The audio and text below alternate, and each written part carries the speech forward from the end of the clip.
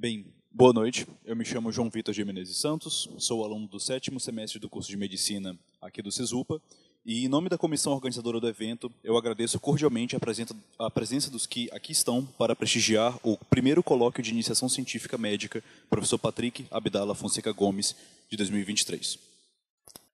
Esse colóquio ele é uma iniciativa do Núcleo de Iniciação Científica e Extensão, o NICE, no âmbito do Programa de Iniciação Científica Médica NICE-ICEMED. Este colóquio nasce como um evento a ocorrer anualmente e tem o objetivo de se estabelecer como um evento pioneiro e renomado, voltado para a iniciação científica durante a formação médica. Esperamos que, com o tempo, essa iniciativa atraia estudantes e professores interessados em conhecer e discutir novas descobertas científicas, assim como contribuir para a evolução das ciências médicas em nossa região. Nessa noite, estamos reunidos para celebrar a busca contínua pelo conhecimento e pela excelência acadêmica através da pesquisa científica desenvolvida por alunos e professores do curso de Medicina de nossa amada instituição, o CESU. O colóquio de iniciação científica médica, mais do que apenas um evento, é mais uma demonstração do compromisso do CESUPA com a pesquisa e a inovação.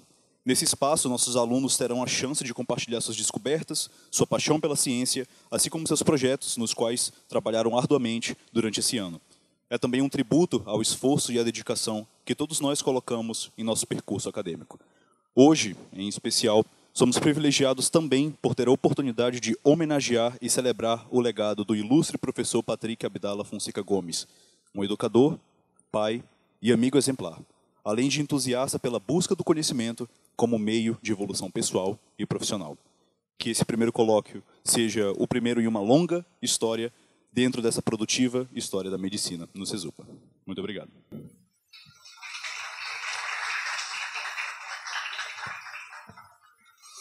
Agora, dando início à nossa programação, convidamos o pró-reitor de pós-graduação, pesquisa e desenvolvimento tecnológico do CESUPA, o professor Dr. João Paulo Mendes Filho, para recebermos sua palavra de boas-vindas. Uma salva de palmas, por favor.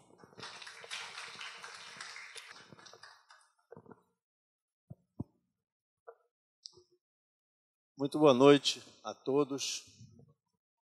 É um motivo de muita alegria para a instituição e muito honroso para o CESUPA, para o curso de Medicina, estarmos vivendo essa noite. Eu estou aqui não na condição de vice-reitor, de pró-reitor, mas estou aqui na condição de amigo do curso e amigo do professor Patrick. Me relevem os torcedores adversários do azulino professor Patrick.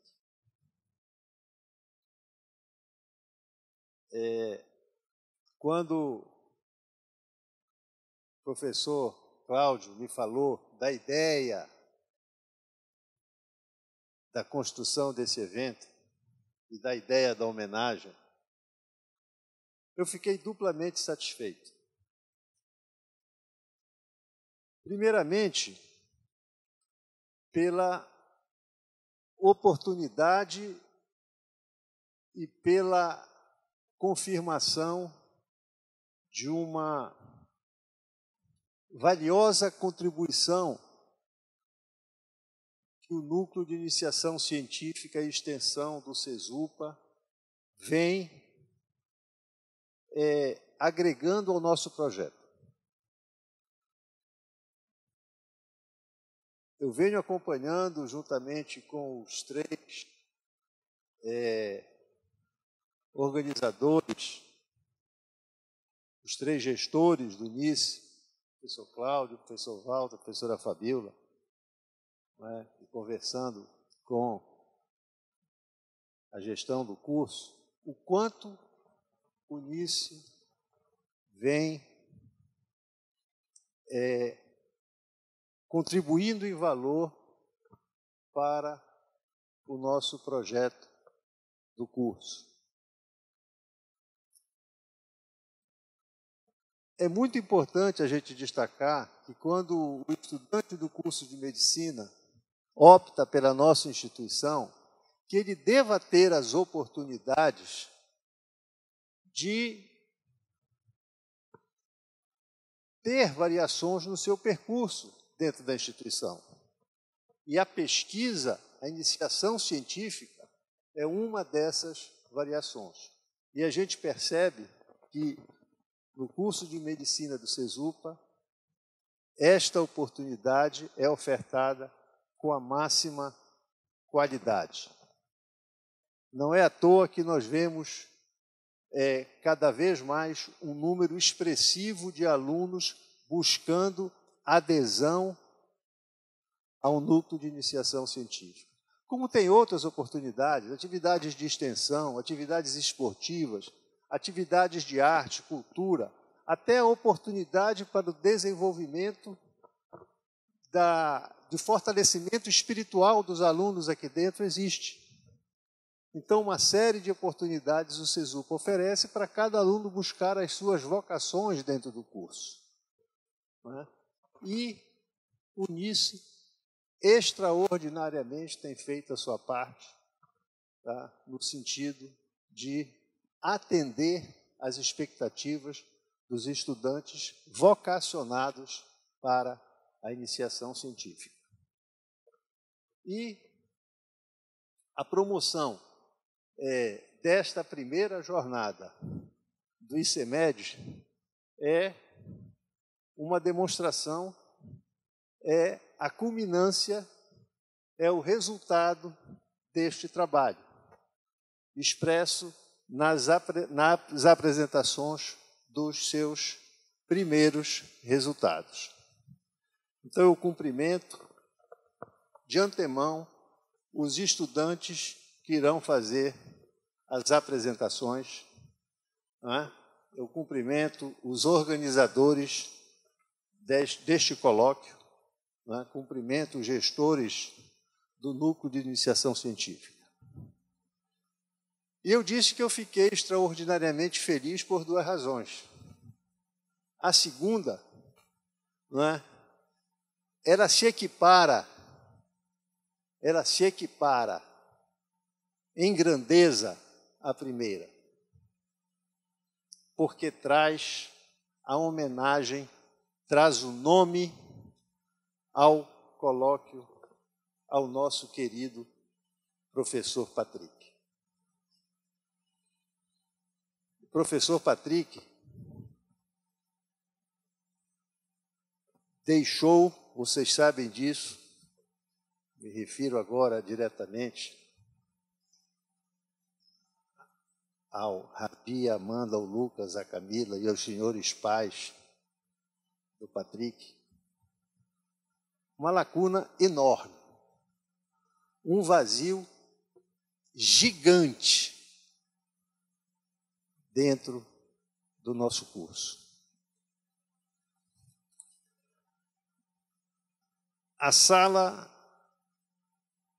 dos professores tem o cheiro do Patrick. Tem a foto do Patrick. Tem o eco da voz do Patrick.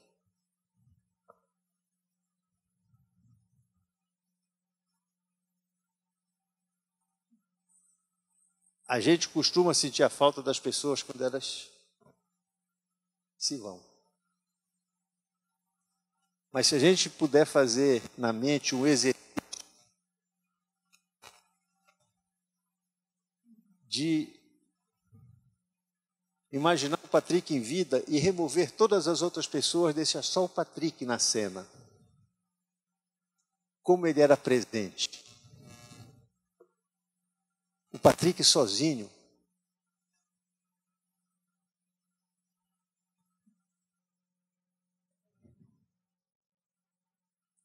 Não tinha ninguém que não tivesse um assunto para falar com o Patrick quando ele entrava.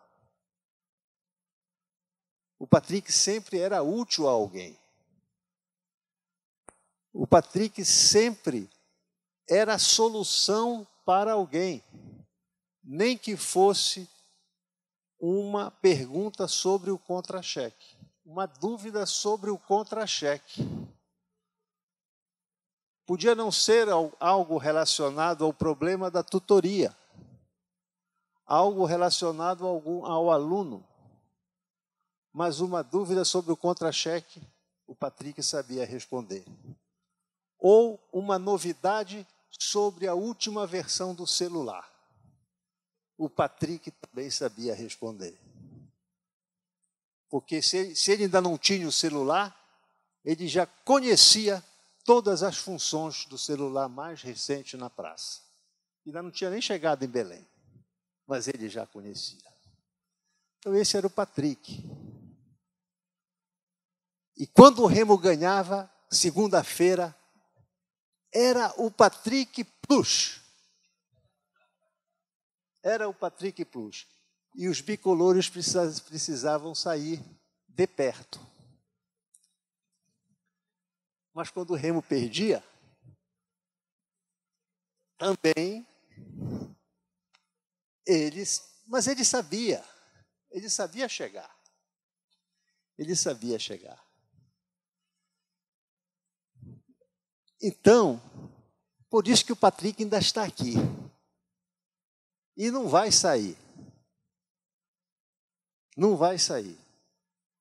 Porque vai ter a primeira, a segunda, a terceira jornada. Os alunos vão colar grau, mas os que vão chegar e não conheceram vão perguntar.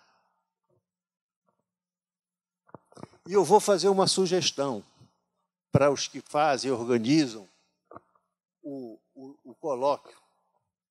Criem um QR Code sobre a história do Patrick. Tá? E quando tiverem jornadas com os alunos que não conheceram, ele aponta o celular e vão conhecer o Patrick. Então pronto, melhor ainda. Tá certo? Bem, eu ia dar uma sugestão, mas aí vão ficar com raiva de mim. Vão ver o Patrick fazendo assim com a camisa do Remo. Assim, ó. Que era a foto dele que mais irritava os bicolores. Ele fazia assim. O senhor conhece essa foto, né? Bem, pessoal, vocês estão vendo que eu estou falando mais do Patrick do que do ICEMED. Porque o Patrick era grande, é grande na nossa memória hoje. Então,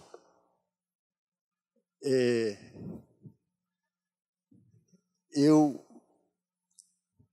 quando fui contactado pelo Cláudio, nós conversamos sobre logotipo, sobre as ideias e tal. Eu disse, Cláudio, tá bom. A homenagem é do início e a da coordenação, eu só vou lá. Eu só vou lá porque o Patrick é especial para todo mundo. Então, vocês têm que fazer do melhor, porque o compromisso é duplo com este evento. O compromisso é com o evento em si e o compromisso é com o nome do homenageado. Então, vida longa ao colóquio do ICEMED e salve o nosso querido Patrick. Muito obrigado.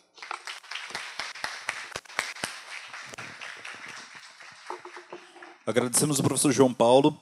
Agora convidamos a coordenadora do curso de Medicina do CESUPA, a professora doutora Milena Coelho Fernandes Caldato, para recebermos sua palavra de boas-vindas. Uma salva de palmas, por favor. Boa noite a todos, serei breve. Não falarei sobre o Patrick realmente me emociona sempre.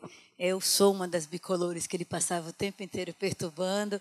Reuniões de gestão era afetada por conta desses jogos, vocês não têm ideia de quanto. A gente tem várias lembranças juntos, desde 2005, quando esse curso nem existia, a gente começou a fazer a elaboração. Foi o único professor do CESUPA que esteve presente na comemoração do mestrado do Cássio.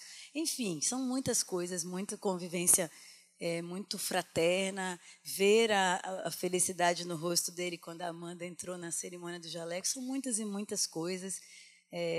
Enfim, eu acho que esse momento é muito especial para todos nós que estamos aqui e muito grata por vocês estarem aqui, porque vocês sabem que é a casa de vocês aqui, por tudo que ele se dedicou esse tempo todo e a gente sente muita falta dele. A ideia do ICEMED, na verdade, do NICE, na verdade, o ICEMED é a ideia dos três, professor Walter, professor Cláudio e professora Fabíola. Mas a ideia do NICE, ela vem quando a gente percebe que o curso cresceu muito e a gente não conseguia dar vazão para todas as ideias dos alunos em iniciação científica e extensão. A extensão de um curso de medicina ele é muito grande, ele é muito maior do que muitas vezes outras áreas tudo bem, a saúde como um todo é muito grande. E outras áreas precisa ter percentual. 10% da carga horária tem que ser extensão. A gente tem tanta extensão que a gente, às vezes, até se perde um pouco na quantidade de assuntos que são feitos para a sociedade. E aí, a gente via que isso não era documentado, não era escrito. Vocês trabalhavam tanto, a gente trabalhava tanto, a instituição investe, e a gente via que ficava perdido. Então, veio a ideia do NICE, para realmente organizar essa proposta, dizer, olha, a gente faz muita coisa pela sociedade e a sociedade se sente feliz com a gente, então a gente precisa pelo menos organizar. E os três abraçaram a proposta de uma maneira brilhante para a área da iniciação científica. A professora Ana Emília não está aqui agora, eu acho, abraçou bastante a parte da extensão e outros professores. Eu vi a professora Dilma há pouco tempo atrás, aqui, tá? E todos os que estão presentes aqui, de alguma maneira, direta ou indireta, Paloma, Ciane, Celice, Tarek, estão sempre entusiasmados com a questão da extensão e da iniciação científica. E a iniciação, ela nasce no ano da pandemia. Olha a confusão. Eles inventam um projeto mirabolante, lota esse auditório e aí a gente tem que dar uma parada. Então, assim, a gente tem que se reinventar. Então, não foi... A Dani, que está aqui, não tinha visto. Vocês estão com cara de aluna, tá vendo? Ótimo. Então, na prática, gente, assim, é uma conquista, porque a gente sabe que quem está aqui apresentando sobreviveu às dificuldades de fazer uma extensão de primeira turma, né, professores? Então, com todas as dificuldades, a falta realmente de tradição nessa proposta, então, outras que o TCC não, ele já é robusto, ele já tem muita gente. Então, a gente agradece muito a confiança dos alunos aos professores e a gente agradece muito aos professores a confiança na gestão. Então, a gente fica muito grata, né, pelas pessoas que vieram assistir, que vieram participar, pela presença dos amigos professores juntos, gostando demais do meu mestre de cerimônias, que eu não sabia desse dom, né? E agradecer muito, claro, à gestão superior, que todas as nossas loucuras eles embarcam com essa história toda que ele já falou. E vocês, né, estejam sempre presentes aqui, porque realmente vocês têm que se orgulhar. Foi uma pessoa que não foi, será, sempre, tá? Com a gente em todos os momentos. Muito obrigada, obrigada a todos. Agradecemos a professora Milena. Agora convidamos ao palco o professor Tarek para fazer a homenagem ao legado do nosso eterno mestre, professor Patrick.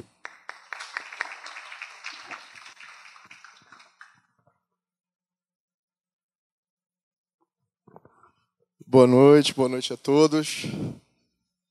Tem um bolão rolando aí, dizendo que hora que eu vou começar a chorar.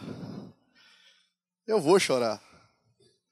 Eu sou um chorão nato, igual meu amigo era. Quando o professor Cláudio me convidou para fazer essa homenagem ao professor Patrick Abdala, ao meu amigo Abdala, eu pensei em escrever alguma coisa, fazer uma edição de PowerPoint, botar fotos, enfim. E aí eu vi que não era para fazer nada disso. Que era para falar como a minha amizade com ele era, espontaneamente. Do jeito que, às vezes, lá no estacionamento, quando um saía cada um saía do seu carro, ele já olhava para mim e dizia assim, nem fala comigo hoje. Virava de costa e ia embora. Porque dessa forma espontânea que o Patrick viveu isso aqui. Viveu a faculdade. Viveu o contato com os alunos. O Cesupa tem a cara dele. Isso aqui é a casa dele. 3 coisas na vida que ele valorizava muito. As 2 famílias, que era o Cesupa e a família de sangue, e aquela praga chamada Clube do Remo. Gente, nunca mais na vida eu assisti ou eu fui para o estádio para um repá do mesmo jeito que eu ia antes. A gente não imagina que a presença de uma pessoa muda o nosso jeito de ser. E a falta dela muda mais ainda. Eu me peguei torcendo pelo Remo já, porque eu lembrava dele. Até hoje tem aluno que chega comigo e pergunta se é verdade que a gente se odiava. E eu confirmo de o que é. Que era uma brincadeira com ele que ele também dizia para todo mundo que me odiava. Mas outra brincadeira que a gente tinha era de um dizer para o outro assim. Quando perguntam para a gente aí fora, qual é a sua profissão? Eu dizia para ele que eu não dizia que eu era médico. E ele também não era biomédico. A gente era professor. Que era o que a gente gostava de fazer. Esse contato com os alunos, esse dia a dia. Isso mudou muito a gente. Assim como eu, o Patrick também era um xereque, um ogro. E a gente tinha esse perfil mais duro, mais carrancudo. E a convivência com vocês, com os alunos, com os mais jovens, foi quebrando isso. Foi amolecendo os corações. Quem conviveu com ele de perto sabe o quanto ele lutou também para que essa mudança acontecesse. Eu também. E faz muita falta, gente. Faz muita falta porque a gente sabe que não tem o dia a dia, mas tem a lembrança. Como o professor João Paulo falou, até hoje, a foto do grupo dos chamados professores raízes do Cesupa, o famoso Gold Label, é essa aqui, seu Miguel. É essa aqui, dona Lúcia. É ele mandando a gente calar a boca porque o leão tinha ganhado da gente.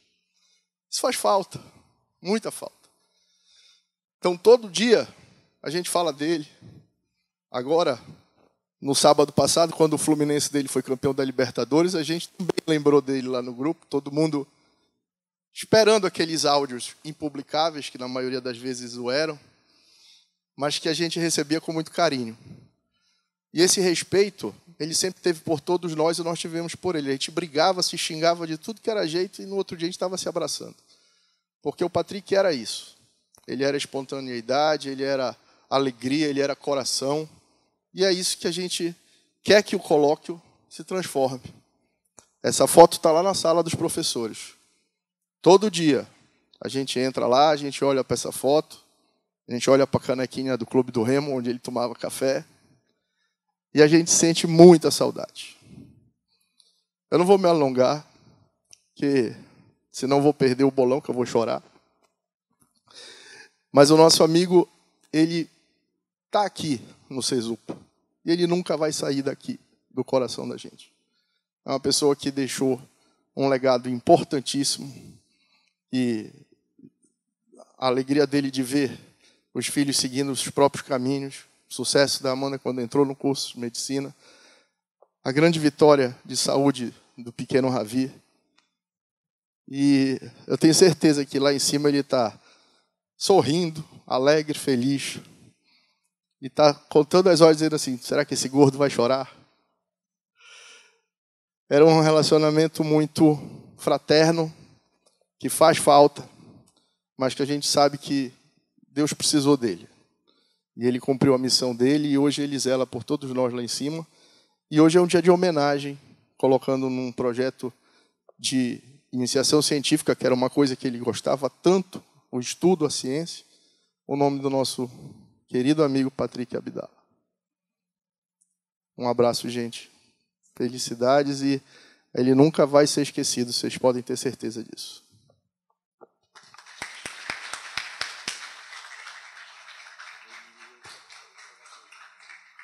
Agora convidamos ao palco as professoras Ciane Martins de Oliveira e a professora Paloma Panzuti Rodrigues, para que, juntamente com o professor Tarek, representem a comunidade Cesupa Medicina na entrega da homenagem simbólica ao professor Patrick, aqueles que sempre têm e terão o professor em um lugar sagrado, o coração.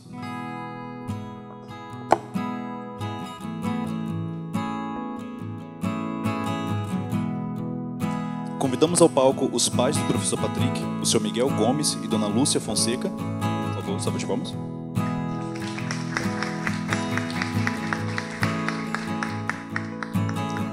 Convidamos também Amanda Carício e Lucas Carício, filhos do professor Patrick.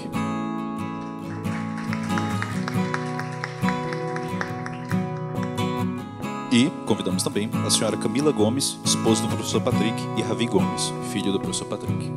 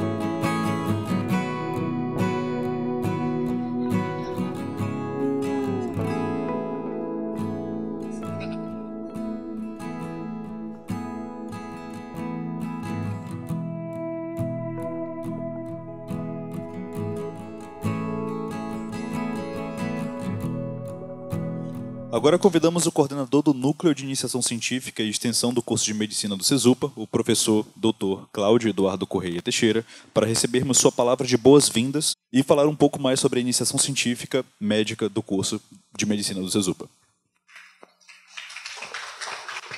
Alô. Boa noite. Muito emocionante. Estou tremendo aqui. E estou muito feliz por termos conseguido chegar nesse momento de dar esse pontapé inicial para fincar definitivamente o nome do Patrick em algo que nós planejamos que seja cada vez maior. E assim elevar aquilo que ele tanto amava, que é a construção das pessoas, né, através do profissional e através do pessoal, utilizando-se da ciência e sempre relembrando aquilo que ele sempre foi, não apenas representou, mas sempre foi, que foi alguém que sempre prezou e primou pela busca de conhecimento como algo importante para o crescimento pessoal e profissional das pessoas. Então, estou muito, muito feliz mesmo. Eu trouxe aqui uma breve história, só para vocês saberem que realmente a atividade vem crescendo um pouquinho, e como ela vem crescendo um pouquinho, com o nome do Patrick agora, a gente espera que ela cresça muito mais ao longo dos próximos anos. Próximo, por favor. Tudo começa em 2018, como bem colocou a professora Milena, próximo. Eu vou ser bem breve, a professora Ana Emília estaria contando aqui meu tempo, porque ela sabe que eu falo muito. Tudo começou com esse quadro aqui, Milena. Não sei se tu chegaste a ver, né? Professor João Paulo. Nesse quadro aqui, a gente estava pensando como é que a gente ia trabalhar com alunos da MD4, MD3, MD2, de que maneira nós íamos organizar as coisas ao longo do tempo, pensando já a médio prazo. Isso aqui é história. Isso aqui era lá no laboratório multidisciplinar, né, que antes havia ali. Próximo, por favor. Aí, isso é 2018, né? 2019 nós resolvemos implantar a loucura. Próximo. E aí foi a loucura. Nós abrimos uma chamada e simplesmente 150 alunos se inscreveram. E foi uma coisa assim muito festiva, esse auditório lotado, muita alegria, muito entusiasmo, e a gente fingindo que estava tudo bem, né? Mas não estava nada bem, porque são 150 alunos para 3 professores. Mas, por incrível que pareça, nós conseguimos dividir em 10 grupos de pesquisa e fomos atacar trabalhos transversais baseados naquilo que o SEMEC produz de conhecimento. Próximo, por favor. É exatamente isso. E aí acabou o ano de 2019, quando nós estávamos começando já a organizar a finalização dos trabalhos, veio o período negro, né, de 2020 até 2021.1, primeiro semestre, em que a gente teve que interromper tudo. Ficou trabalhando um pouco online, tentando fazer as coisas andarem para não se perder, mas a gente não conseguiu avançar muito, conseguiu avançar alguma coisa. Próximo, por favor. E aí, em 2021.2, segundo semestre, a gente já tinha condições de voltar a fazer alguma coisa. E nós aproveitamos um pouco daquilo que aprendemos com a pandemia, principalmente com o trabalho remoto. Começamos a diversificar a nossa atividade. Próximo. Nós ganhamos uma logomarca, né? No início. Nós passamos a construir um curso livre, porque percebemos que havia necessidade de haver um nivelamento de conhecimento antes de se atacar um projeto de pesquisa. E esses conteúdos sempre muito organizados em unidades, com conteúdos bem definidos, datas específicas para serem cumpridas. Nós nos aproveitamos daquilo que aprendemos a utilizar com o Classroom para tornar essa ferramenta uma ferramenta que já estava sendo disponibilizada pela instituição como algo que nós pudéssemos utilizar também na iniciação científica, e fomos para o YouTube. Né? E no YouTube nós criamos um canal e lá começamos a postar tudo aquilo que a gente fazia. Né? E trouxemos gente de fora, gente dos Estados Unidos, gente do Rio de Janeiro, gente daqui de dentro mesmo, alunos. Tem muitos conteúdos aqui produzidos por todo esse pessoal que a gente começou a movimentar. Próximo. Essas coisas puderam ser aproveitadas e apresentadas em congressos locais, regionais, nacionais e internacionais, porque nós sempre fomos ambiciosos, né? Loucos e ambiciosos nesse sentido, sempre buscando a qualidade. Próximo. E aí, 2022 até 2023.1, próximo, nós temos modificações que foram acontecendo e que foram melhorando ainda mais cada vez mais essa atividade. Né? Nós mudamos, adaptamos um pouco a nossa logomarca, que agora é essa aqui, definitiva, da Iniciação Científica Médica. Nós começamos a trabalhar com chamadas de uma maneira que é bem diferente do que normalmente nós encontramos por aí. Nós oferecemos projetos com vagas já pré-definidas e seus orientadores. Então, o aluno, quando ele se inscreve para a seleção, ele já sabe para qual projeto ele vai se inscrever e para qual vaga ele vai estar sendo selecionado. Próximo. E agora nós estamos em 2023.2, próximo, onde nós mantemos algumas práticas, como a utilização do Classroom, ele continua sendo útil para nós, mas também evoluímos nesse sentido. Hoje nós temos o curso livre sendo disponibilizado dentro de uma página de internet própria, individual, seguindo até alguns modelos internacionais de apresentação desse tipo de curso. Nós temos evoluído também na produção de material, utilizando inteligência artificial para narração. Né? Nós temos poetas gregos narrando história da medicina para os nossos alunos. Nós temos também outros modos de produzir vídeos de maneira mais dinâmica, onde não necessariamente o professor precisa estar ali na frente falando sobre aquele conteúdo, que torna muito mais atrativo esse processo. Próximo. E nessa busca por novas ferramentas, a gente também vai buscando cada vez mais alcançar patamares maiores. Alguns desses trabalhos começam a ser enviados para eventos internacionais, na tentativa de sempre buscar que nós sejamos conhecidos e eles, ao nos conhecerem, né, também queiram trabalhar conosco, porque nós também somos competentes e nós também queremos trabalhar com eles, porque isso nos melhora também. O nome disso é internacionalização. Próximo. O nosso grupo tem aumentado, né? Antes éramos os 3 loucos aqui embaixo, agora nós temos mais pessoas que estão mais sistematicamente presentes, né, nesse processo de formação científica. Próximo. E chegamos ao colóquio, né, que é hoje um momento especial, porque nós estamos finalizando um primeiro período, de 2022 para 2023, e vamos iniciar um novo período, na verdade já iniciou, mas hoje a gente pode formalizar isso, que é de 2023 para 2024. E esse colóquio, como nós já falamos, ele pretende ser permanente, anual e fortalecido a cada ano que passa, para que nem o nome do nosso amigo Patrick, nem aquilo que ele tanto gostou de pregar, que é a busca pelo conhecimento, sejam algo que não estejam presentes de uma maneira também científica dentro do curso de medicina. Próximo. Perspectivas para o futuro. Próximo.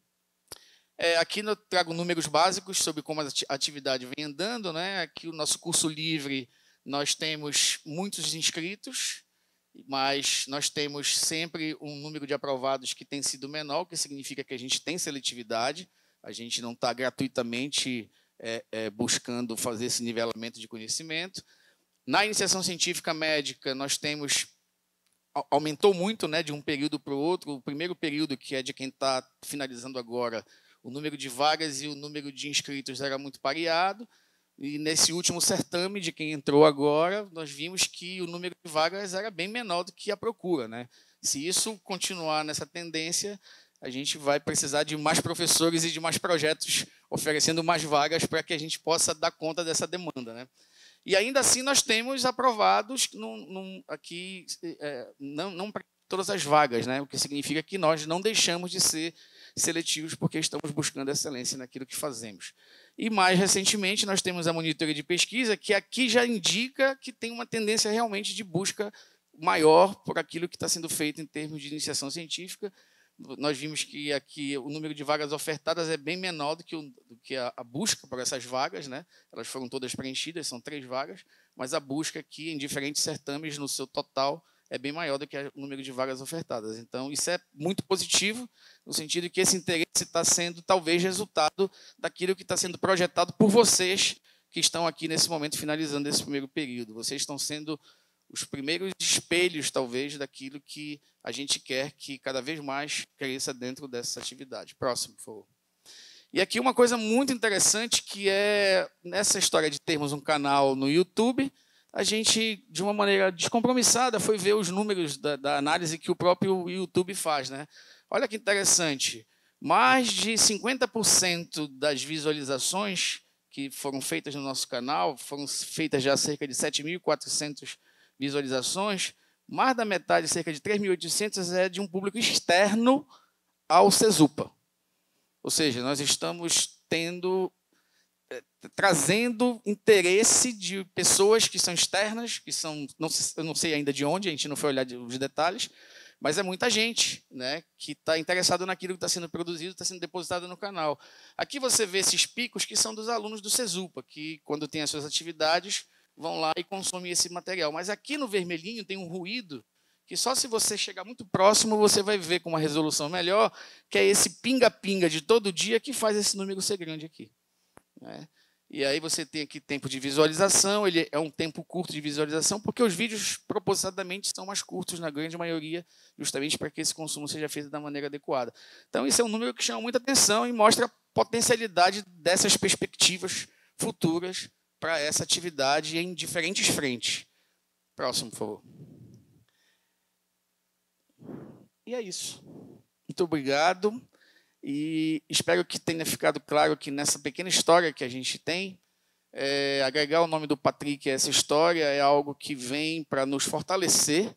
Nós precisamos nos fortalecer todos os dias. E se tem alguém que todos nós, eu, professora Fabíola, professor Walter e os outros componentes do NICE sabemos, é que todas as vezes que nós estivemos com um ânimo negativo, né, estivemos desmotivados por alguma razão, o Patrick, como foi bem dito aqui pelo professor João Paulo, sempre foi alguém com quem nós podemos contar, sempre foi alguém que nos levantou e sempre foi alguém que nos fez seguir em frente. Isso é um legado excepcional. Ele está ele está vinculado a cada uma dessas paredes dessa instituição, de uma maneira que nos faz nos sentir muito bem estar aqui também, porque sabemos que se essa instituição é capaz de fazer com que alguém como o Patrick se apaixone por aquilo que está acontecendo aqui dentro, isso também deve acontecer com outros de nós, porque nós somos inspirados por isso. Então, quero agradecer novamente a presença de vocês todos, por terem aceitado, né, o nosso convite, e muito feliz realmente de poder fazer essa homenagem, nós podemos fazer essa homenagem ao professor Patrick, que tanto representa para nós. Tá? Muito obrigado.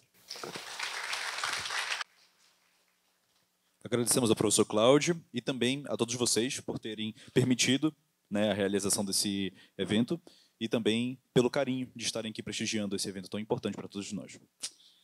Agora iniciaremos as apresentações dos trabalhos científicos desenvolvidos pelos alunos do curso de Medicina do CESUPA. Gostaríamos de chamar ao palco os alunos Lilian dos Santos Cordeiro e Victor Bezerra da Silva para apresentarem um trabalho intitulado Perfil epidemiológico de pacientes com trauma raquimedular atendidos em um hospital de referência no Pará em 2022, desenvolvido sob a orientação do professor Dr. Walter Augusto de Carvalho.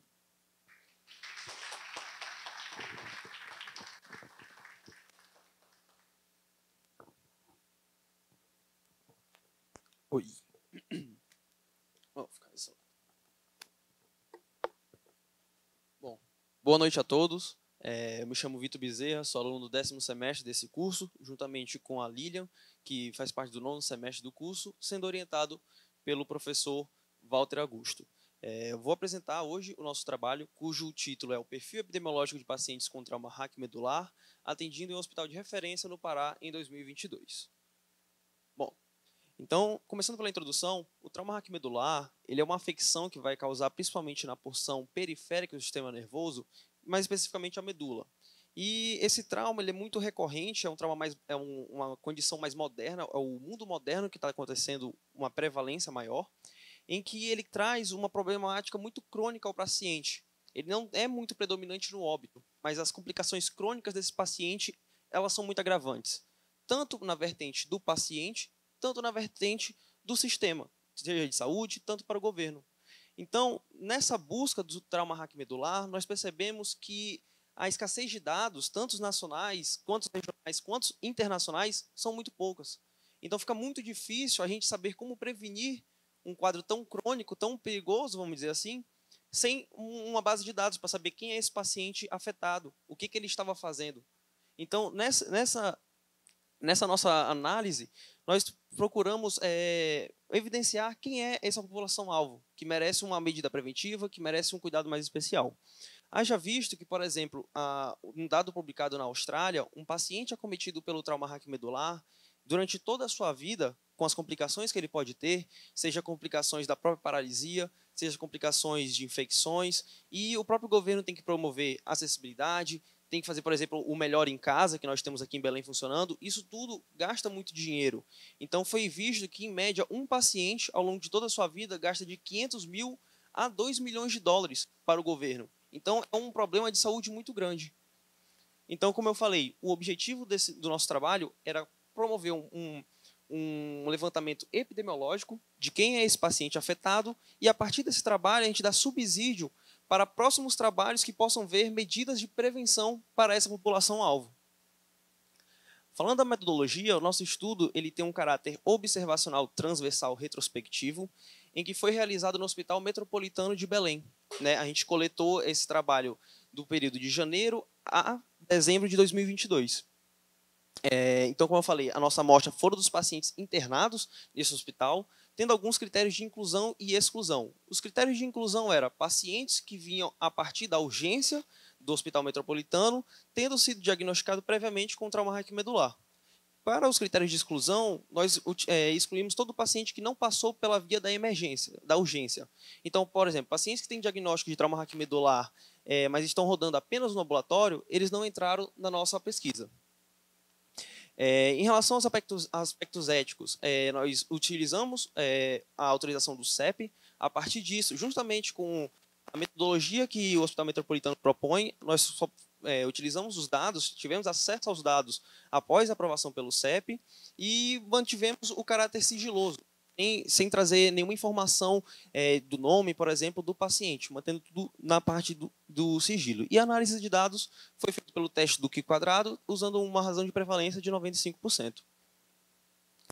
Então, quando a gente levantou essas estatísticas, nós observamos alguns dados, os dados daqui da nossa região, do estado do Pará, e é muito interessante porque, muitas vezes, eles são controversos em relação à literatura internacional.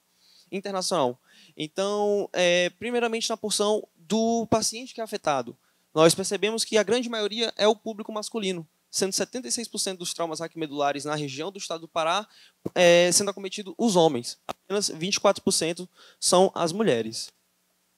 Após a gente levantar qual era o sexo predominante, nós queríamos saber qual era a faixa etária predominante. E aí nós chegamos à conclusão que os adultos são mais acometidos, né? A gente compreendeu os adultos como de 20 a 59 anos, que corrobora com a ideia de que esse paciente acometido ele está no momento da fase ativa de trabalho. Então, é um paciente que, teoricamente, estaria promovendo recursos para o governo e ele é impedido de trabalhar, causando o reverso, ele começa a onerar o sistema. Depois dos adultos, o mais prevalente seriam os idosos, seriam a partir de 60 anos. Como nós sabemos, o Hospital Metropolitano de Belém é uma referência no estado, né? Então, ele fica aberto tanto à região metropolitana quanto aos diversos municípios. Então, nós levantamos quais são os pacientes predominantes, de onde eles vêm. Então, metade, basicamente, 51%, vem da região metropolitana de Belém, sendo que 49% vem de todos os outros interiores. E depois nós vemos qual foi a forma de trauma mais acometida, né? O que esse paciente estava fazendo para acontecer esse trauma? Que a gente leva a gente a pensar depois como a gente prevenir essa causa. Então, aqui no estado do Pará, nós evidenciamos que 56% são quedas, o que também vai ao contrário da literatura internacional. Lá fora, nós temos a prevalência de acidente automobilístico. E a gente, observando os nossos dados, percebemos que essas quedas também são muito relacionadas a quedas de açaizeiro, por exemplo. Uma questão que é muito peculiar do Pará. Então, aquele trabalhador que fica se submetendo a grandes alturas por açaizeiro, que provavelmente não vai ter em nenhum outro local, ele é muito mais tem muito maior prevalência nos acidentados. Então, a medida de prevenção provavelmente vai ser diferente no estado do Pará, o que é muito interessante. Seguido disso, foi o acidente automobilístico, cerca de 24%, e depois a violência. Depois que a gente mapeou os pacientes que deram entrada por trauma raquimedular, a gente queria saber qual era o segmento dessa medula mais afetada. Haja vista que, dependendo do segmento, nós temos complicações diferentes. A gente não viu tanta diferença, tem uma certa equidade. Então, a cervical ela é a porção mais acometida, com 33%, seguida a torácica, com 29,8%, e a lombar, seguida pela lombar, com 30%, e a torácica, com 29%. As sacrais e as coxígenas elas têm uns valores bem menos expressantes. A partir disso, a gente também quis levantar qual é a tendência, qual é a probabilidade de um paciente do sexo masculino que foi o principal afetado pela nossa pesquisa de sofrer uma das causas que nós levantamos. Então, analisando pela razão de prevalência, a gente vê uma veracidade principalmente em relação à queda. Então, o sexo masculino ele tem muito mais chance de sofrer um trauma raquimedular por quedas em comparação a uma mulher. Bom, então o que nós podemos concluir desse trabalho? Primeiro, os homens são a amostra majoritária dessa afecção. Então, os homens seriam a nossa principal população-alvo. Além disso, as quedas dos acidentes automobilísticos são as causas mais comuns para o TRM e fazendo uma ênfase às quedas, que é uma questão bem diferente na nossa região, comparada a qualquer outra região, seja do Brasil ou internacional. E a questão da probabilidade do homem ter maior afecção do TRM em relação às mulheres, pelas diversas causas que nós mostramos. Bom, esse foi o nosso trabalho. Aqui estão nossas referências que nós utilizamos. Muito obrigado.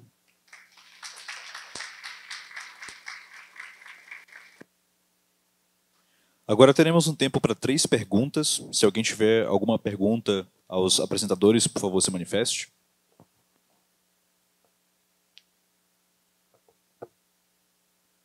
Certo, então, muito obrigado, Lilian, Victor. Uma salva de palmas, por favor. Agora convidamos ao palco os alunos Ana Clara Miranda Furtado e João Gabriel da Costa Ramos para apresentar o trabalho intitulado Perfil Epidemiológico dos Atendimentos no Ambulatório de Dermatologia do Centro de Especialidades Médicas do Centro Universitário do Pará, no ano de 2021, desenvolvido sob a orientação do professor Dr. Walter Augusto de Carvalho.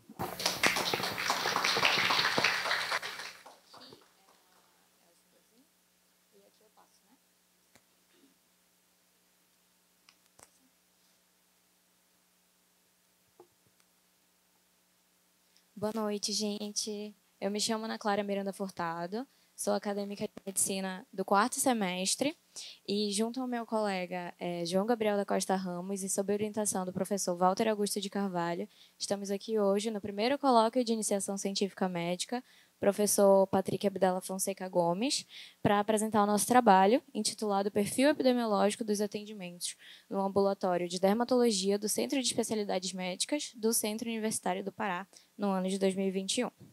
Bom, inicialmente, é válido a gente começar destacando a importância das doenças de pele e através da preeminência e da variabilidade das queixas dermatológicas nas consultas médicas no país inteiro.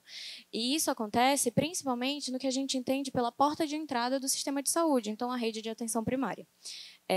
Dentre os diversos fatores de influência dessas afecções na literatura científica, a gente pode elencar alguns. Então, a idade, o gênero, a ocupação do paciente, seus antecedentes pessoais, familiares e a taxa de exposição solar influenciam diretamente.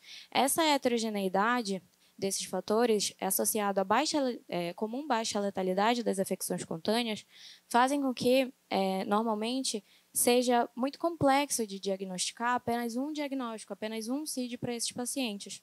E isso também essa ideia de baixa letalidade gera nos pacientes uma certa negligência em relação à adesão certa ao tratamento. Só que é importante a gente falar de doenças de pele porque as repercussões da qualidade de vida dessas pessoas são diversas. Então, desde, por exemplo, um rebaixamento da autoestima, por exemplo, associado ao isolamento social, ou até mesmo algo mais grave, doenças crônicas, um prurido intermitente, dores, enfim. E com isso a gente vai tentar hoje salientar as variáveis qualitativas, as frequências e as razões de prevalência das doenças dermatológicas atendidas no SEMEC no ano de 2021. Falando um pouco da metodologia, o tipo do nosso estudo é um tipo observacional transversal. Ele passou por uma aprovação ética, foi um estudo aprovado pelo Comitê de Pesquisa, de Ética em Pesquisa com Seres Humanos do CESUPA, e todos os dados que nós utilizamos foram devidamente anonimizados. Falando um pouco mais sobre números, a nossa amostra consta 631 prontuários do Ambulatório de Dermatologia do SEMEC, que fica localizado na cidade de Belém do Pará, na Amazônia Brasileira, e num período de janeiro a dezembro de 2022. Falando um pouco mais sobre as ferramentas de análise, nós utilizamos o Microsoft Excel e o Prism8 para MacBook, e justamente para avaliar as variáveis analisadas, das variáveis qualitativas, as frequências e as razões de prevalência. Agora o João vai falar um pouco mais sobre os nossos resultados. Bom, as variáveis que a gente adotou para esse trabalho foram o sexo, a faixa etária, o local de residência e ocupação desses pacientes. Com relação ao sexo, o que foi encontrado aí foi uma grande maioria do sexo feminino, sendo de 77,1% dos prontuários que a gente coletou, muito provavelmente por conta da mulher ser, entre os dois gêneros, a principal que procura o serviço de saúde sem a condição de já estar cronificada. E também a gente vai adotar mais para frente no trabalho uma relação de prevalência para ver se realmente as mulheres são mais acometidas por essas patologias do que os homens. Com relação agora à faixa etária, a gente dividiu ela em quatro fatores. O primeiro deles, as crianças de 0 a 10 anos, correspondendo apenas a 2,55% dos prontuários coletados. A faixa dos adolescentes de 11 a 19 anos, correspondendo a 7,17% dos prontuários. Um dado interessante aqui nessa variável, a prevalência das patologias encontradas foram ligadas à puberdade e a fatores hormonais, como a acne, por exemplo.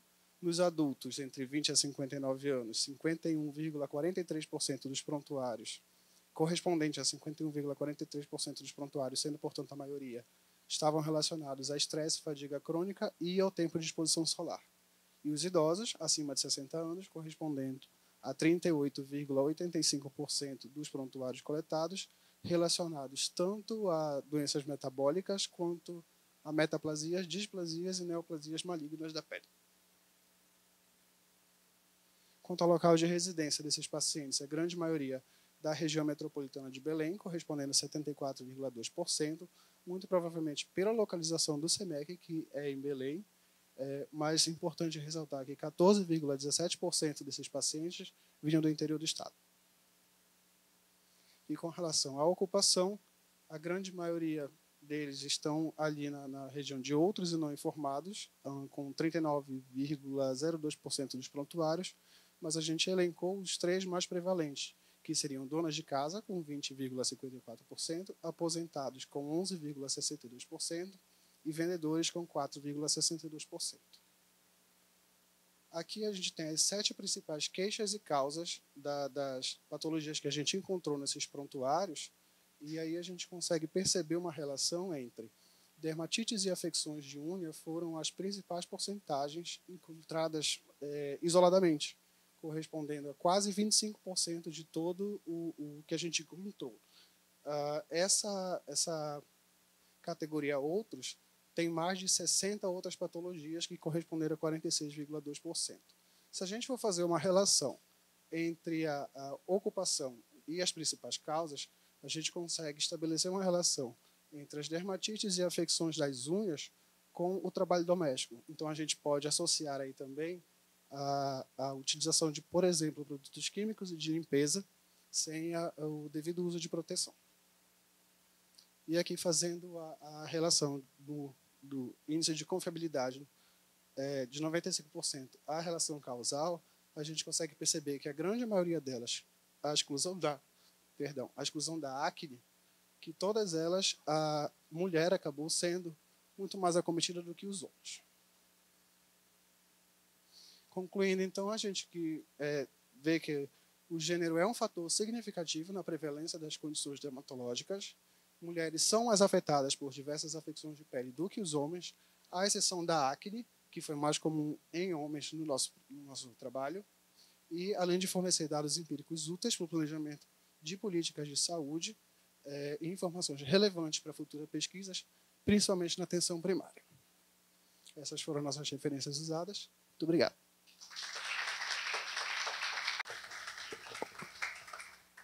Agora abriremos também um tempo para 3 perguntas aos apresentadores. Ok? Certo, então muito obrigado. Agora convidamos ao palco a aluna Yasmin Batista Mendes para apresentar o trabalho intitulado Análise do perfil epidemiológico de pacientes com doença intersticial pulmonar associada a colagenoses e atendidos no Centro de Especialidades Médicas do CESUPA no ano de 2017 a 2022, desenvolvido sob a orientação da professora doutora Fabíola de Carvalho Chaves de Siqueira Mendes.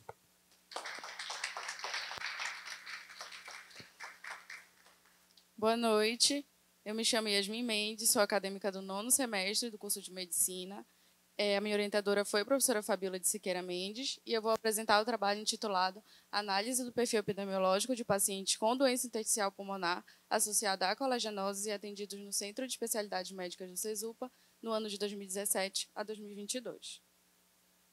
Bom, as doenças pulmonares intersticiais, elas compreendem um grupo diverso de patologias em que o interstício pulmonar é afetado de maneira difusa.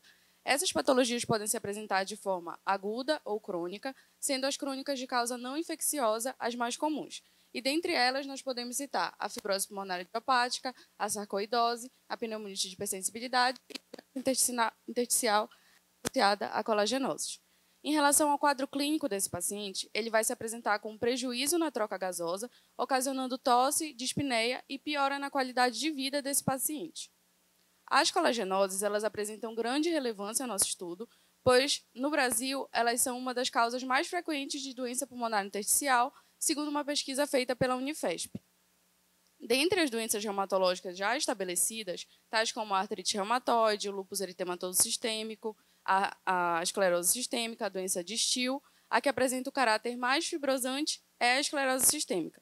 No entanto, a artrite reumatoide também é muito importante ao nosso estudo, pois ela apresenta como principal manifestação extraarticular o acometimento pulmonar, sendo essa a principal causa de morte entre os pacientes com AR. Com relação aos métodos, o nosso estudo é do tipo transversal, descritivo, cuja amostra foi por conveniência, considerando todos os pacientes atendidos no ambulatório de doenças intersticiais pulmonares do SEMEC, em Belém do Pará, no período de 2017 a 2022.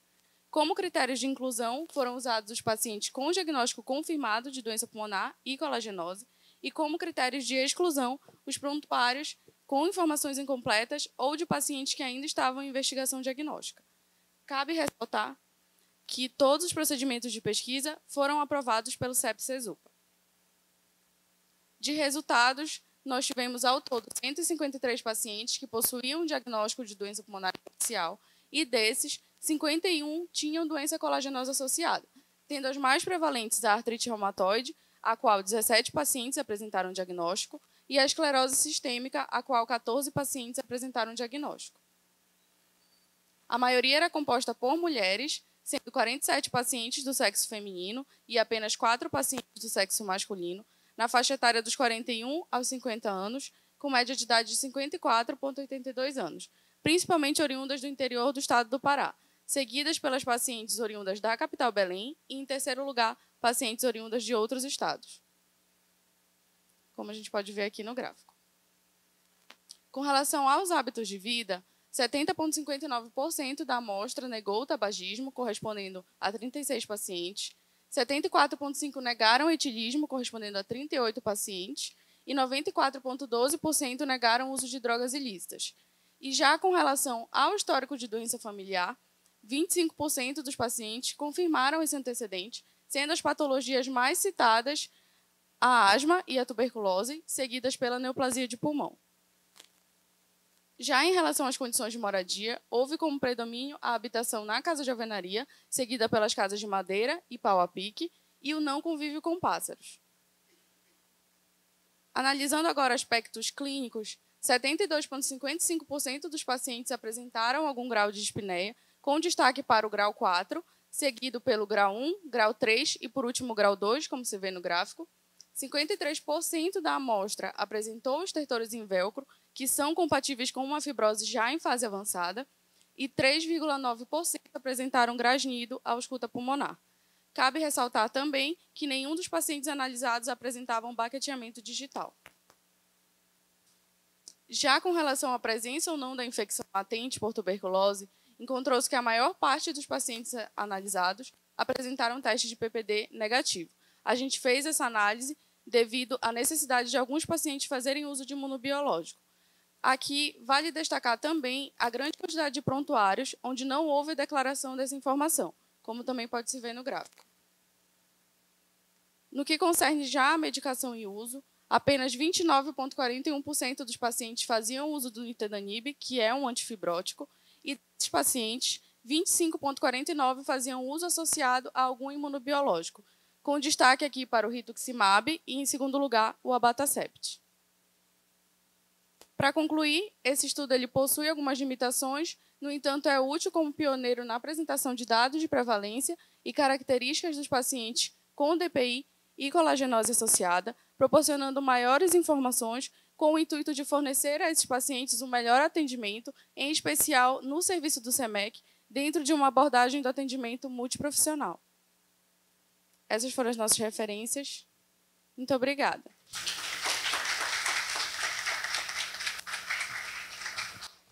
Novamente, um espaço para 3 perguntas. Se alguém tiver alguma pergunta para o apresentante, pode se manifestar. Não? Então, muito obrigado, Yasmin. Agora convidamos ao palco as alunas Camila Fernandes Caldato e Neilane Araújo Cordeiro para apresentar o trabalho de título Atenção à Prevenção, estimativa de concordância entre medidores de glicemia capilar e sensores de glicose intersticial, desenvolvidos sob a orientação do professor Dr. Cláudio Eduardo Correia Teixeira. Oi. Boa noite a todos. Meu nome é Neilane Santana, junto com a minha colega Camila Caldato, vamos apresentar o nosso trabalho intitulado Atenção à Prevenção e Estimativa de Concordância entre Medidores de Glicemia Capilar e Sensores de Glicemia Intersticial, sob a orientação do professor Cláudio Teixeira. A diabetes ela é uma doença muito prevalente na atualidade e tem como uma das principais características os maiores níveis de glicemia no sangue. Com isso, o monitoramento desses níveis de glicemia eles são fundamentais para que você tenha o manejo e o controle da doença. Hoje em dia a gente tem no mercado, aqui na figura 1, aqui na figura 1, um dos mais tradicionais, que é o que a gente tem os valores de glicemia a partir da glicemia capilar, e na figura 2, os mais recentes, que são conhecidos como monitoramento contínuo de glicemia intersticial. Esses últimos, eles são mais recentes e são tecnologias mais recentes, né? Eles têm uma proposta dita na literatura hoje a partir de análise de dados de uma correlação linear. Então, a gente tem aqui a glicemia capilar e a glicemia intersticial tendo uma crescente. Esses valores de correlação linear, eles foram que nos deram a curiosidade pelo trabalho. Por quê? Porque eles são tidos como precisos para você ter os índices glicêmicos. Mas, quando você usa, na evidência da literatura, o termo correlação e o termo concordância, como ele é vendido, a gente sentiu a necessidade de estudar melhor a aplicabilidade dos dois termos. Nesse sentido, a gente tem aqui na figura 4 o método do A e o método B, mostrando uma crescente, que é uma correlação linear entre os valores de ambos os métodos. Mas a gente também pode perceber que eles apresentam uma variabilidade também importante. Porque, para dar um exemplo aqui, no método A, no ponto 300, está um pouquinho ruim, mas tentem acompanhar aqui. No ponto 300 no método A, em B, a gente já tem 400 aqui, ó. Então, isso é uma variação significativa. Porque ele está correlacionando, ele está te dando valores quantitativos. Você tem informações numéricas, você não tem informações sobre métodos. Agora, quando você vem aqui na figura 5 e você percebe que você está analisando a diferença pelas médias dos valores, de fato, você consegue adquirir informações sobre métodos e não apenas valores. Esse gráfico aqui no 5 foi feito sobre a análise de Bled-Altman, que é, de fato, quando você encontra valores semelhantes a partir das diferenças dos métodos e também encontra a variabilidade semelhante pelas médias que esses métodos também propõem. É aqui que a gente consegue estabelecer concordância e não somente correlação, e entender que são termos diferentes. Pode passar, por favor. Só para concluir aqui na introdução, quando a gente propõe em falar de correlação, não necessariamente você está falando de concordância. E é o que nós buscamos avaliar com o nosso trabalho. É a aplicabilidade dos dois termos para falar dos valores de glicemia. Bom, na metodologia do nosso trabalho, não houve a necessidade de aprovação do CEP pelo fato de que todos os dados utilizados eles são de domínio público, foram disponibilizados pelos próprios autores que os coletaram. Bom, nós realizamos uma análise de concordância entre os valores de glicemia capilar e glicemia intersticial, retirando esses dados da literatura. E nós retiramos de duas literaturas diferentes. A primeira literatura é de um tipo de sensor de monitoramento contínuo de glicose intersticial, que aqui nós vamos chamar de GS1, que nós conseguimos um número amostral de 581 dados. E a segunda literatura é outro tipo de sensor de monitoramento contínuo de glicose intersticial, o qual nós vamos chamar de GS2, o qual nós conseguimos um número amostral de 127 dados. A nossa coleta de dados ela foi retirada de plotagens que estavam dentro dessa literatura por meio de um software chamado WebPlot Digitizer 4.6, que ele basicamente serve para coletar os dados que estão nela e transformar em números. Como assim? Cada ponto que vocês estão vendo aqui, que representa os valores, ele traduz para nós, pesquisadores, os valores numéricos de cada representatividade do ponto. Por exemplo, aqui foi literalmente o dado que nós usamos no trabalho, e aqui embaixo não dá para ler, mas está representado de glicose capilar e aqui em cima de glicose intersticial. Então, em vez de cada um de nós ter que analisar um ponto por ponto para coletar para a tabela, ele faz isso para nós. Coletado todos esses dados, nós realizamos 3 cálculos principais. O primeiro, a própria correlação linear de Pearson, que aqui nós vamos representar por R, que ela vai representar uma correlação linear entre o valor de glicemia capilar e o valor de glicemia intersticial. Nós também fizemos uma análise do coeficiente de determinação, que aqui nós vamos representar por R ao quadrado, e o que ele seria? Basicamente, o coeficiente de determinação, ele vê a proporção que você consegue medir a glicose capilar a partir da glicose intersticial. Ele também é analisado, como vocês podem ver pelo fato de ser R ao quadrado, a partir do coeficiente de Pearson. E agora, a nossa novidade, né, do trabalho, a nossa proposta é fazer, de fato, a concordância, pelo método de Blendel-Altman, que a Neilane já explicou. Bom, começando os nossos resultados, nós vimos que, de fato, a glicemia capilar e a glicemia intersticial possuem uma alta correlação. O nosso R de coeficiente de Pearson foi de 0,869. E nós chegamos a inferir que existe uma média de cerca de 75% de possibilidade da gente prever a glicemia capilar pela glicemia intersticial, como nós vimos aqui pelo coeficiente de determinação. E o que isso significa? Traduzindo, né? É como se 75% dos nossos dados analisados eles têm uma proximidade considerável. Acontece que, como nós podemos ver pela tabela 1, uma possibilidade do porquê isso acontece não seria necessariamente uma concordância. Isso porque a amplitude dos dois é muito parecida, ficando mais ou menos na média de tipo 30 até 500 mg por decilitro. E uma situação que corrobora essa hipótese é que quando nós analisamos os valores avaliados só do GS1, nós vemos que quando a gente faz a diferença média deles, ele apresenta uma variação de cerca de 13,12 unidades em relação à glicemia capilar, podendo variar, em média, 43,28 unidades abaixo ou 69,53 unidades acima ao que foi apresentado pela glicemia capilar. Fazendo a mesma análise, só que agora para o sensor do tipo 2, nós vemos que ele apresenta uma diferença média de 30,65 unidades, podendo variar, em média, cerca de 32,51 unidades abaixo ou 93,8 unidades acima ao que foi apresentado pela glicemia capilar. Aqui nós representamos graficamente a análise de Blendel-Altman, que, como a Neilane falou, ela utiliza a diferença pela média. E qual é a importância? No nosso caso, a diferença seria primeiro do capilar menos do sensor, e acontece que, ao analisar a diferença pela média, nós vemos se a diferença varia com a média. E, a partir desse cálculo, nós podemos, de fato, afirmar se existe uma concordância ou não só uma correlação.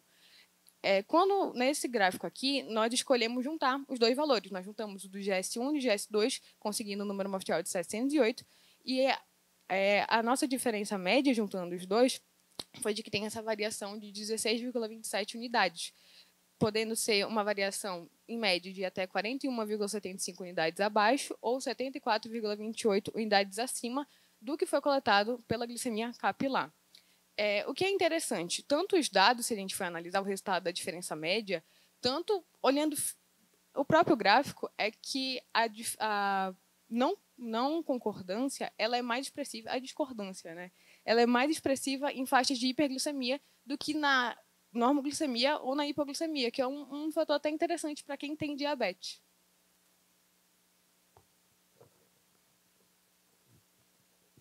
Então, a gente entende que, de fato, os valores de glicemia advindos da glicemia capilar e da glicemia intersticial, elas têm diferenças significativas, sim. Então, quando alguns autores assumem que é mais cômodo para o paciente usar o monitor contínuo, porque ele não vai ficar precisando sempre estar funcionando o dedo para conseguir entender sobre os níveis de glicemia dele, em certa parte ele tem razão. mas a gente nunca pode deixar de considerar que, a partir das análises de fato de concordância e não apenas só de correlação, a gente tem uma variabilidade significativa, principalmente quanto aos níveis de hiperglicemia. Então, a proposta é que seja tido com mais parcimônia e nunca deixando de considerar os sinais e sintomas mesmo do paciente, e aquela clássica da medicina, como a clínica é sempre soberana, se permanecer quando é usado o paciente com o monitor de glicemia intersticial. Aqui a gente conclui a nossa apresentação, e eu gostaria aqui, em nome da minha amiga, agradecer pela atenção de todos, agradecer a ela pela parceria ao longo desse ano, agradecer ao senhor professor pela paciência e pelas orientações, e, em nome do NICE, também agradecer à instituição pela oportunidade que a gente teve de também conseguir contribuir um pouco com produção científica de relevância e de qualidade também. Muito obrigada. Boa noite.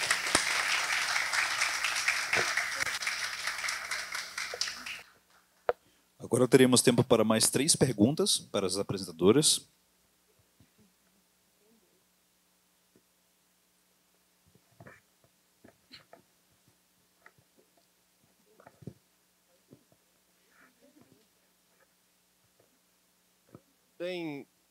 Bem, pelo trabalho que vocês apresentaram, a gente pode notar que tem uma diferença relevante entre o monitor de glicemia capilar com o de intersticial.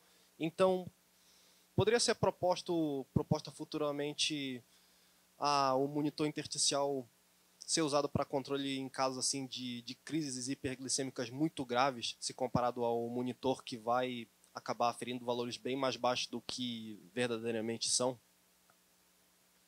Eu não sei se eu entendi direito a pergunta, aí eu vou responder, mas aí se não foi isso, tu me corrige, tá ok? Tudo bem. Bom, na verdade, como a gente demonstrou, o que a gente inferiu aqui é que, na verdade, a concordância seria menor em casos de hiperglicemia. Então, seria até o menos indicado. Mas, como a Neilane falou no final, não é que nós estejamos condenando o uso do aparelho. É mais uma questão de chamar a atenção para as pessoas não descartarem completamente a questão do uso da punção capilar, principalmente quando a pessoa está tendo sinais e sintomas clínicos. E uma coisa que você chegou a sugerir sobre essa questão do uso do aparelho, que nós estávamos até conversando com o professor, e não é da nossa alçada, mas é uma ideia dele, eu vou até jogar, porque, enfim, estamos fazendo ciência, vai que alguém tem interesse em fazer, vou jogar essa bola para o professor Cláudio. Uma possibilidade de fazer um cálculo de compensação, por exemplo. A gente tem os dados, a gente sabe essa média. Faria, por exemplo, entre aspas, uma calculadora para fazer cálculos de compensação, dependendo do caso, enfim. Então, é mais no sentido da gente alertar de existe essa discordância. Então, ficar atento, mas não que nesse caso é melhor usar, nesse caso é pior usar. O que é sempre recomendado é seguir o que os fabricantes determinam, porque normalmente também tem essa questão de, às vezes, eles falam, descarte tal horário, ou considere tal horário, e por aí vai. Entendi. Obrigado.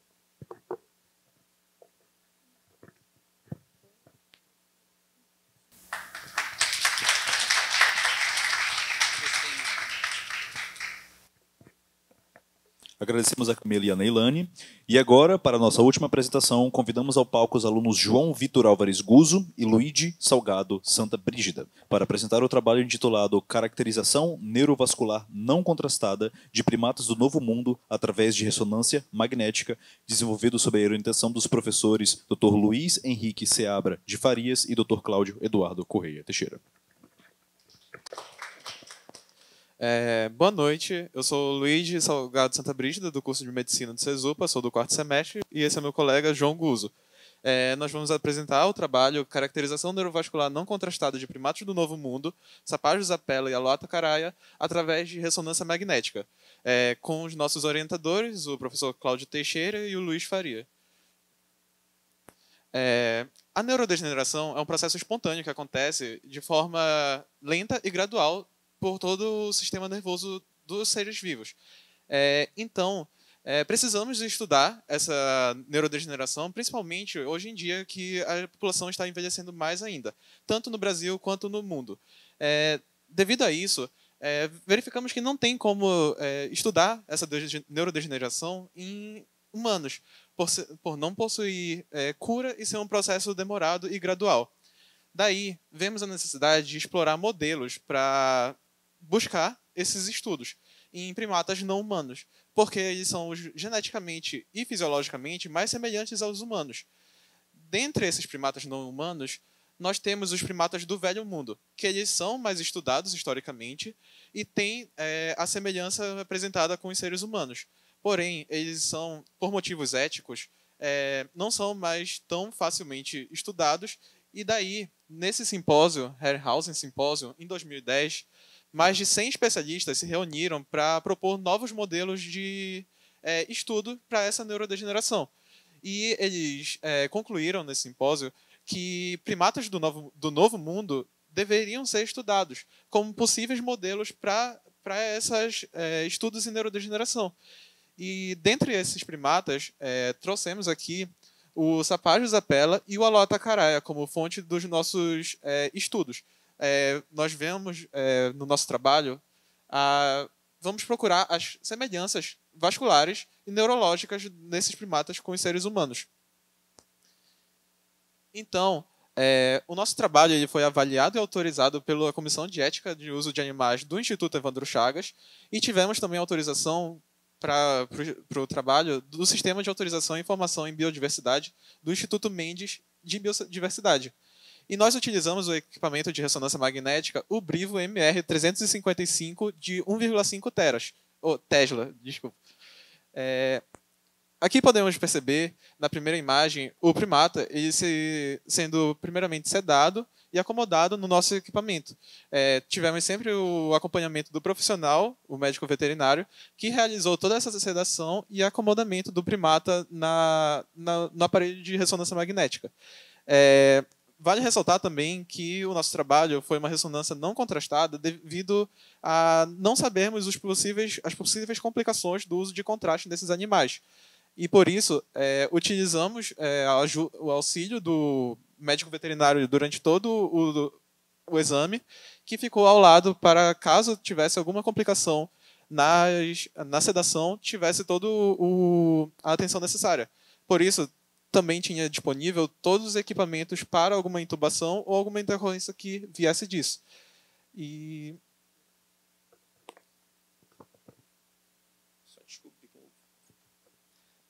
Então, como o Luiz já mencionou, a gente estudou 2 tipos de primatas do Novo Mundo, né? O Sapajos apella, que seria esse inicial, e logo de cara a gente consegue identificar diversas estruturas vasculares similares que a gente pode identificar em qualquer ser humano.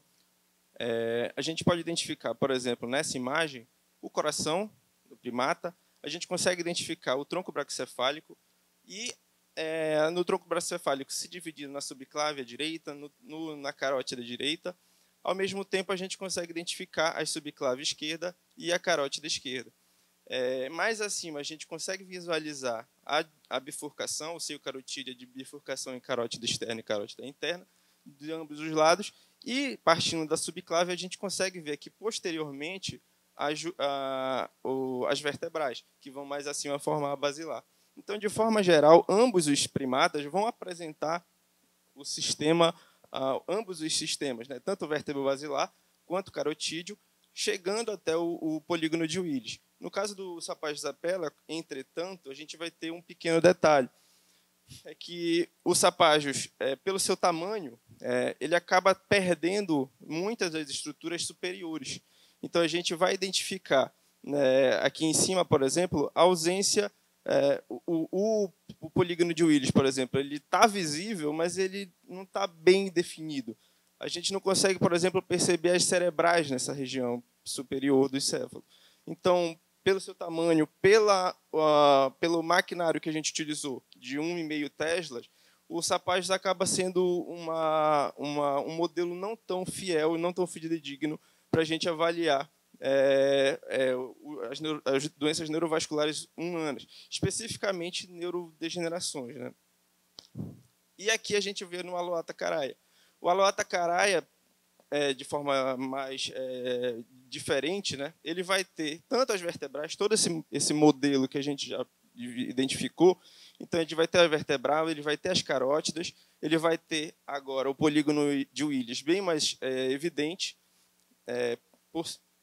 passou demais, por ser um primata um pouco maior, e a gente vai conseguir identificar bem aqui, por exemplo, a cerebral anterior, já fazendo a curvatura sobre o joelho do corpo caloso, além do seio carotídeo e outras estruturas que a gente pode identificar nessa região.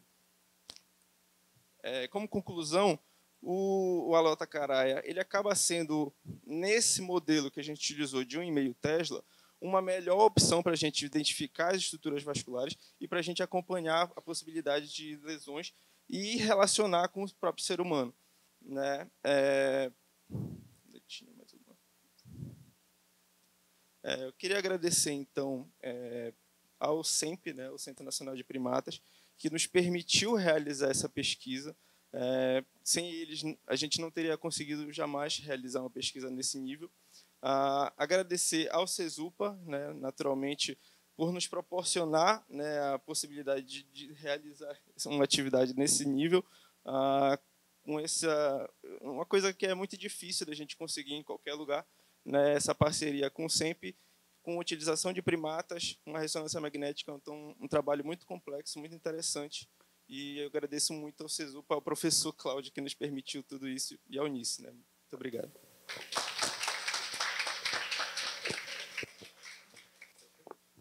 Novamente, tempo para 3 perguntas. Ninguém? Bem, é isso. Muito obrigado aos meninos. Eu peço que o João e o Luigi permaneçam no palco e convido todos os alunos que apresentaram hoje a voltarem ao palco, por favor, tá? Que vocês receberão dos respectivos orientadores a certificação pela produção científica de vocês. Uma salva de palmas a todos eles, pessoal, por favor.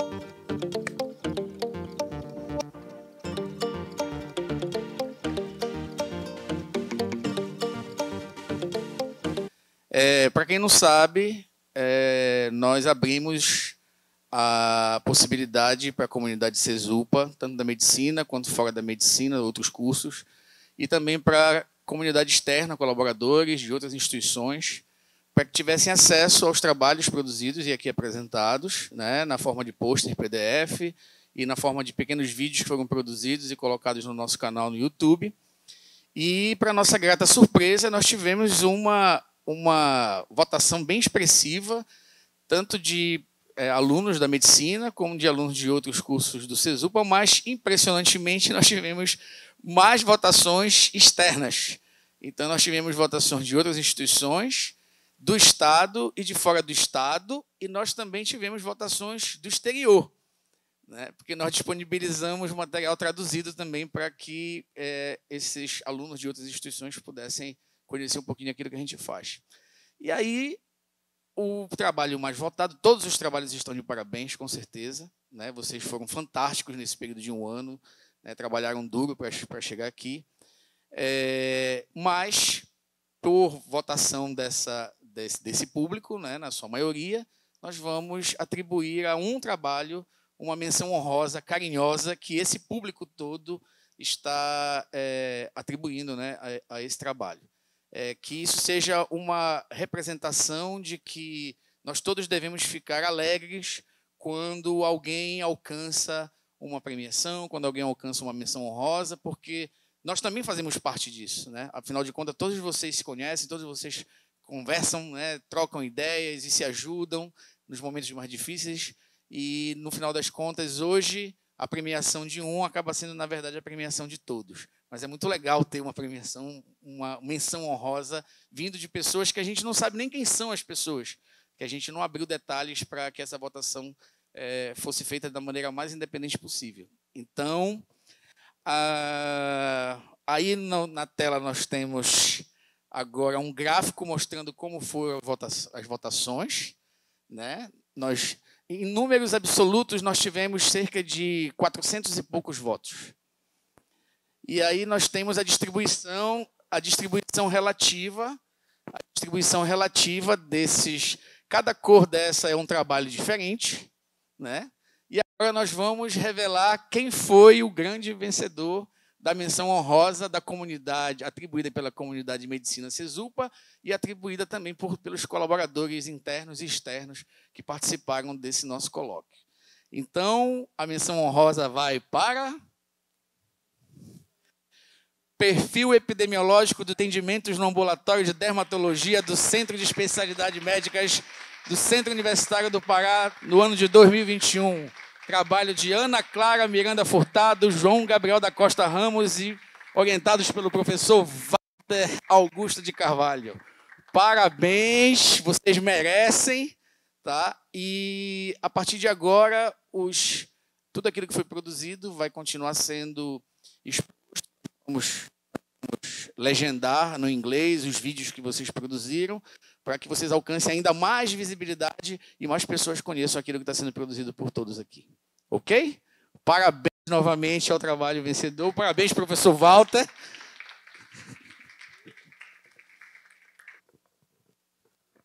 Bem, certo. Parabéns a todos.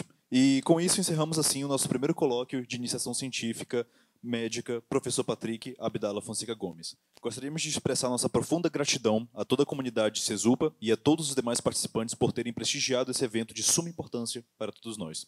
A presença de vocês nessa noite, mais que gratificante, é um importante testemunho da força e da união da nossa comunidade acadêmica. Muito obrigado a todos por fazerem parte desse colóquio, um evento verdadeiramente notável.